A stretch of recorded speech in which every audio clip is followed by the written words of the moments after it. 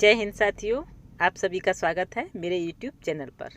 आज के इस वीडियो में हम लेकर आए हैं जीके और जीएस यानी कि सामान्य ज्ञान और सामान्य अध्ययन से जुड़े हुए कुछ महत्वपूर्ण सवाल जो आपकी UP TET, TGT, PGT, UP police, CGL सभी में सामान्य ज्ञान के प्रश्न पूछे जाते हैं, कोई भी कॉम्पिटिटिव एग्ज़ाम हो। और ये वीडियो आपके लिए बहुत इम्पोर्टेंट साबित होने वाली है।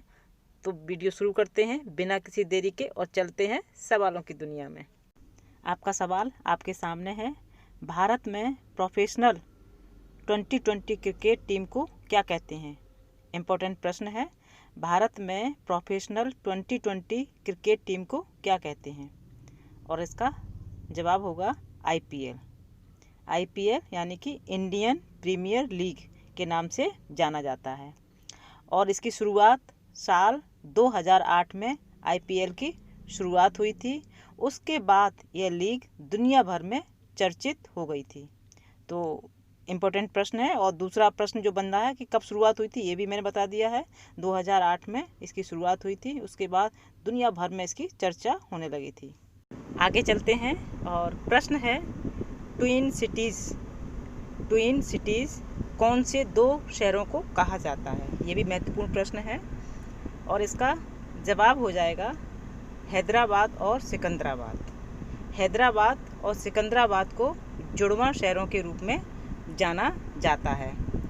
हैदराबाद और सिकंदराबाद दोनों ही आज भारत के प्रमुख प्रसिद्ध जुड़वां शहर हैं। इन दोनों स्थानों की सभ्यता और संस्कृति आज भी एक जैसी है, यानी कि ये दोनों जुड़वा बहनों के रूप में इसलिए जाने जाते हैं कि यहाँ की जो संस्कृति और सभ्यता है वो एक जैसी है, आज भी कोई बदलाव नहीं हुआ है। तो हैदराबाद और सिकंदराबाद को जुड़वां शहरों के रूप में जाना जाता है, यानी कि ट्विन सिटीज़ के रूप में इनको पहचाना जाता है।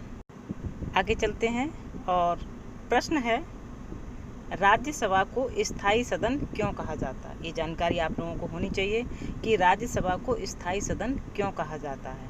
और इसका जवाब होगा राज्यसभा को स्थायी सदन इसलिए कहा जाता है क्योंकि इसका कभी विघटन नहीं होता है, इसलिए इसको राज्यसभा का स्थायी सदन कहा जाता है। इसके 1/3 सदस्य हर दूसरे वर्ष सेवानिवृत्त हो जाते हैं। ये भी इम्पोर्टेंट पॉइंट है, ज़रा याद रखिएगा कि हर दूसरे वर्ष 1/3 सदस्य सेवानिवृत्त हो जाते हैं। ये महत्वपूर्ण प्रश्न है, इसको याद रखिएगा। प्रश्न अक्सर परीक्षाओं में पूछा जाता है। आगे बढ़ते हैं और प्रश्न है भारत किसके उत्पादन में आत्मनिर्भर हो गया है? भारत किस क्षेत्र में यानी किसके उत्पादन में आत्मनिर्भर हो गया है? तो इसका जवाब होगा लोहा। भारत लौह अयस्क उत्पादन में आत्मनिर्भर है और वैश्विक उत्पादन में 7% का योगदान देता है। और ऑस्ट्रेलिया, ब्राज़ील और चीन के बाद भारत दुनिया में लौह अयस्क का चौथा सबसे बड़ा उत्पादक है। लौह अयस्क का एक प्रमुख स्थान रखता है जो देश में उत्पादित कुल खनिज मूल्य का 79% हिस्सा है। तो ये बहुत गर्व की बात है कि भारत लौह अयस्क में आत्मनिर्भर है। आपका प्रश्न आपके सामने है। अंतर्राष्ट्रीय न्यायालय में न्यायाधीशों की संख्या होती है। अंतर्राष्ट्रीय न्यायालयों में न्यायाधीशों की कितनी संख्या होती है? तो इसका जवाब हो जाएगा अंतर्राष्ट्रीय न्यायालय में 15 न्यायाधीश होते हैं। अंतर्राष्ट्रीय न्यायालय में महासभा द्वारा 15 न्यायाधीश चुने जाते हैं। आगे बढ़ते हैं और प्रश्न है कौन सा पुरस्कार खेल में सर्वश्रेष्ठ टीम के लिए दिया जाता है? कौन सा पुरस्कार खेल में सर्वश्रेष्ठ टीम के लिए दिया जाता है? तो इसका आंसर हो जाएगा चैंपियनशिप खिताब। नोबेल पुरस्कार कौन सा देश प्रदान करता है? बहुत ही इंपॉर्टेंट प्रश्न है। नोबेल पुरस्कार कौन सा देश प्रदान करता है? तो इसका जवाब हो जाएगा स्वीडन।